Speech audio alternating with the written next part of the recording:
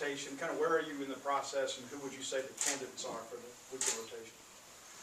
Friday night, Ethan Small, TBA, TBA, TBA. So hopefully we're a little closer to finding that out today, tomorrow, the next day. I got a good idea, but we still got to figure out some things on the field and see who comes back. The positive for us, we have some really good candidates, so there's some competition going on. Right now, Ethan Small, he's done it. He's been there. He's been one of our best all year. Leader of our pitching staff, and so I feel confident about him there. But after that, we got to figure it out.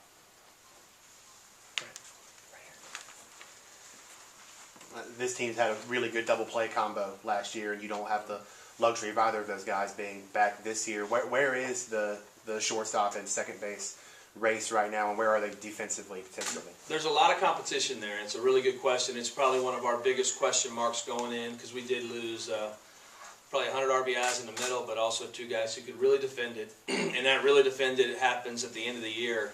Seems like on those hard fields it makes a difference. But Jordan Westberg's been in short all fall, early spring. Looks like the leading candidate for our shortstop position. Has really played really well. Just emerging as one of those guys, has a chance to be a high-level talent. Still a lot of work to do, but I'm excited about him. And then we have some competition going on at second base. I mean, Gunnar Halter's a JUCO transfer, high-level player, and Landon Jordan's a very talented freshman who's in that mix. And we're even flipping Tanner Allen in and out of there some to see if it gives us some pieces that we can move some guys around. So there's a lot of competition there, but we have a chance to be pretty good there too. Going back to the pitching rotation, what have you seen out of JT again, and where might he factor into that? JT's in that competition for the weekend. Very talented freshman, obviously, we know that. Had a really good fall. He's playing a position too, so he's bouncing around, swinging the bat. He's an ultra competitor is the first thing I'd always, even though he has a great arm, is what we'd say about him. But he's in that mix. I mean, we got to see how he comes back, pitches, and then kind of go from there.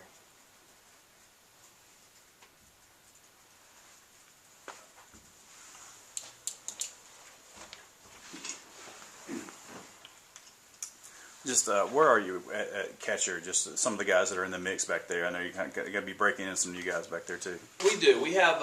We're fortunate. I mean, we have a lot of depth there. Dustin Skelton is back from last year's team. Marshall Gilbert's back from last year's team, and then we have two freshmen, Hayden Jones and Luke Hancock, and very talented players. So we're trying to figure that out. There's a mesh in there of trying to see, where we are. I'd say Dustin's been a little ahead this year just from his experience side, but I see all of them playing at some point in time, trying to figure out. One thing that you don't see in college baseball a lot is we have a full-time catching coach. So having Coach Cheese have the ability to work with our guys day in and day out as a full-time college catcher, I think has been a huge piece. I think our kids will say that, and I think we'll be much improved in that area, even the guys that were returning from last year. Coach Elijah's done a lot, especially last year, how you developed. But just talk about defensively. I understand he was honored for that with that yellow jersey. Just talk about what he's done, what you've seen out of him on the defensive side in the outfield. I've been surprised since the fall. He is a above-average defender out there, and that's been the biggest piece. He's a good thrower for a big kid. He moves around really well. He took one over the wall and brought it back yesterday. That's why I got the yellow jersey. But he's worn it many times, and I think one of the strengths of our team is our outfield defense. I mean, obviously we know Jake's really good in center, but Elijah's like I said, it's pretty dang good out there. And then Rowdy Jordan, he's the guy who was an infielder and moved out there, and Rowdy is getting better every day too. I mean, Rowdy's a really good athlete, so he covers a lot of range. When you have a team with as many sophomores as you have, and you weren't the head coach here last year, is it difficult to evaluate how big a jump they've taken from freshman to sophomore when all you've seen from them is what they've done so far? Right, and you see what they did last year a little bit, just watching, but I wasn't with them day to day. I tell everybody the key to our team, the key to our success this year will be, does that group of sophomores make a step forward? And I think they will. They've had great years to this point. They work really hard, but to the Tanner Allens, Justin Foscue, Jordan Westberg, Rowdy Jordan. I mean, some of these kids that, had good years and big pieces, but can they continue to play like they did at the end of the year? And was that their evolution, of going through the season? And that's probably why they started a little slow. It's hard to win here with a lot of young kids. I'm no genius, but I know that. And so them, as they got older, they played together, they acclimated better, and you saw it at the end of the year. Hey, Coach, we were talking to Spencer out on the field, and he said that he was feeling good, feeling healthy. How do you anticipate just throwing him into the fire in the back end of that bullpen, and just Spencer's role in the back end of the bullpen? I guess what's kind of your thoughts on that and where it stands right now? Spencer's, that's one of our big question marks, and what I want to make sure we do is we have him for the last 2 months, and so we'll probably be a little cautious with him. I know he's an ultra competitor and a bull when he's out there, but that's as you're coming back, is it best to be thrown out there at the end of the game? And those innings, those stressful innings, put more on your arm than anything. So we're going to try to ease him back. That doesn't mean you may see him. I say that, and you may see him opening night out there, depending on how the next 3 weeks go. But he's not taking a heavy load right now. We're kind of slowly getting into it. Hey, Coach. Gunnar Halter was regarded by scouts for his arm, but he really wanted to play position and hit.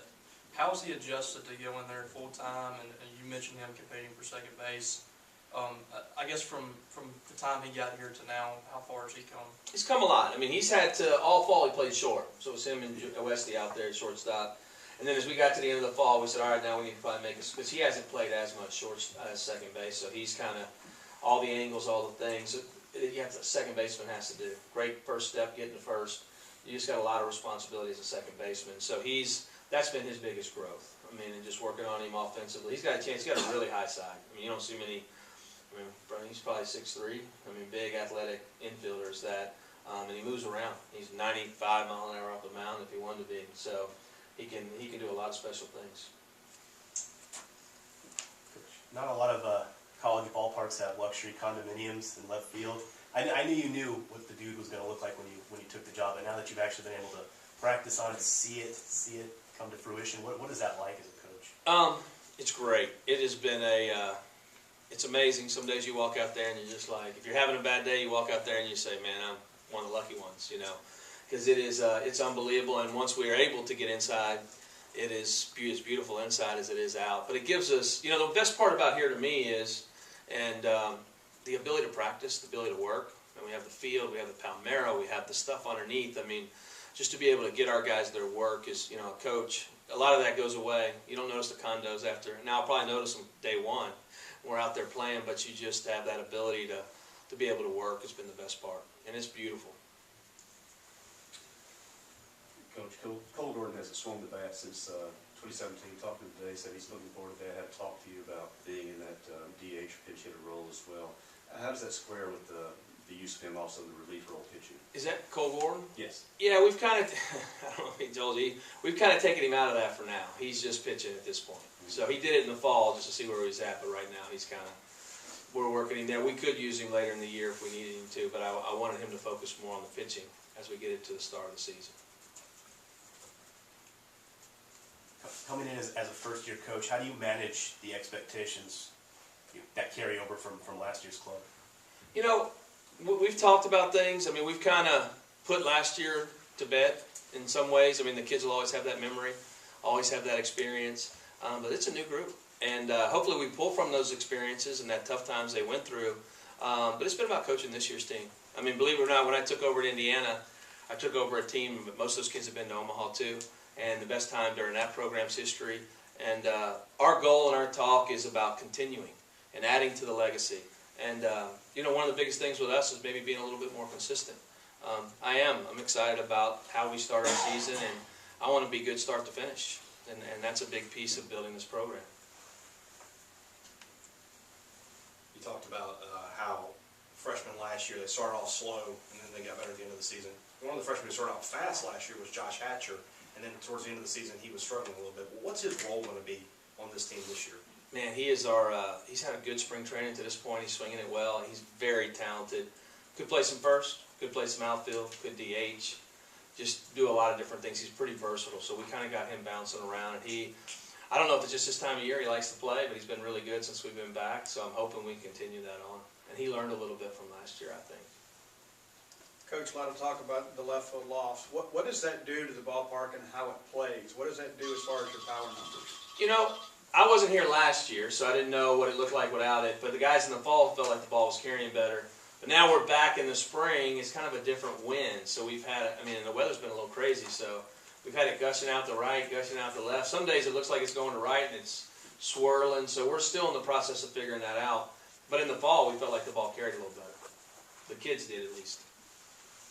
Coach, you're here listening to Jake's press conference as well. Having a guy like that who's been here for now his senior year, is it almost as a first-year head coach, having a guy like that almost give you a little bit of sense of ease? You know, what has Jake done for your transition? You know, he's been great. I lean on Jake a lot. And you see it up here. He gives me goosebumps when he talks about the M over S. That's the thing I get from the players more than anything, is how much it means to be a part of this program. And you see that from Jake. And he has had an experience here. It's been a lot.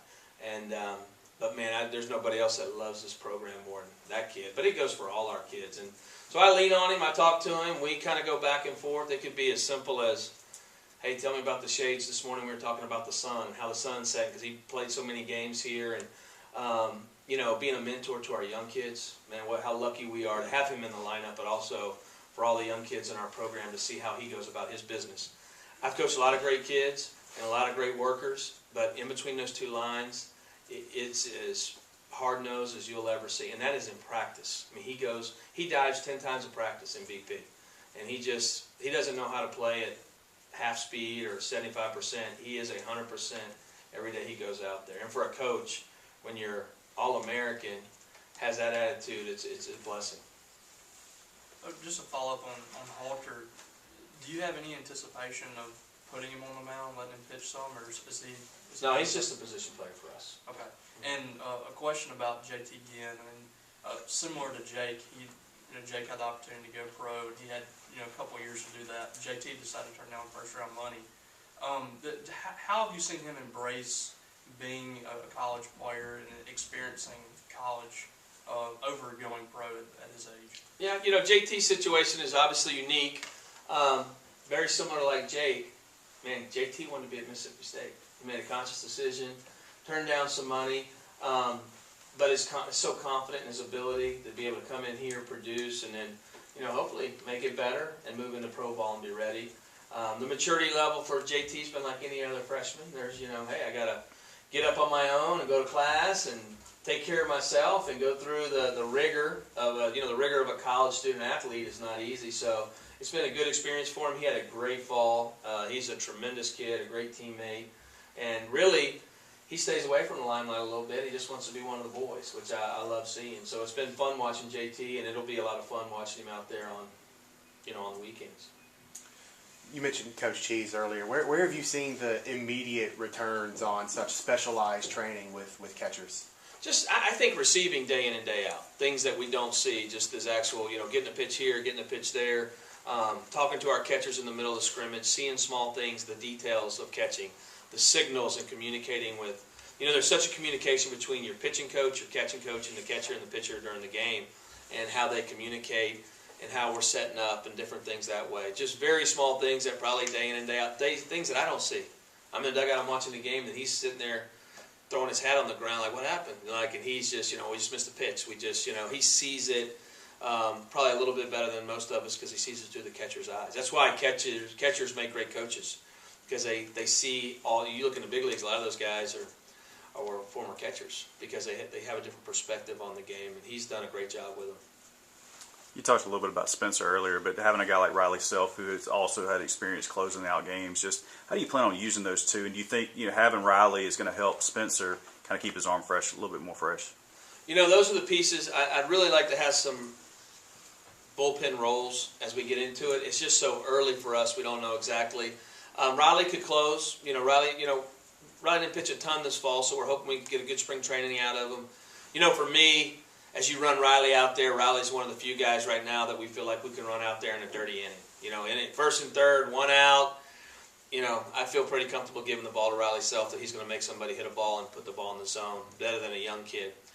He could finish at the end of the game. I think the piece of Spencer, Cole Gordon, and Riley is huge. And then we're trying to find that. The piece for us is who's the lefty in that mix.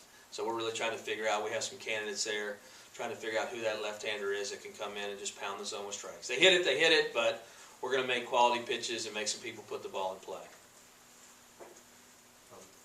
Denver said he's really working on transitioning from a thrower to a pitcher. What role do you see for Denver, and how has he improved? Denver's at that back end too. Denver's one of those older, more mature guys. I think the command piece with Denver has been much better.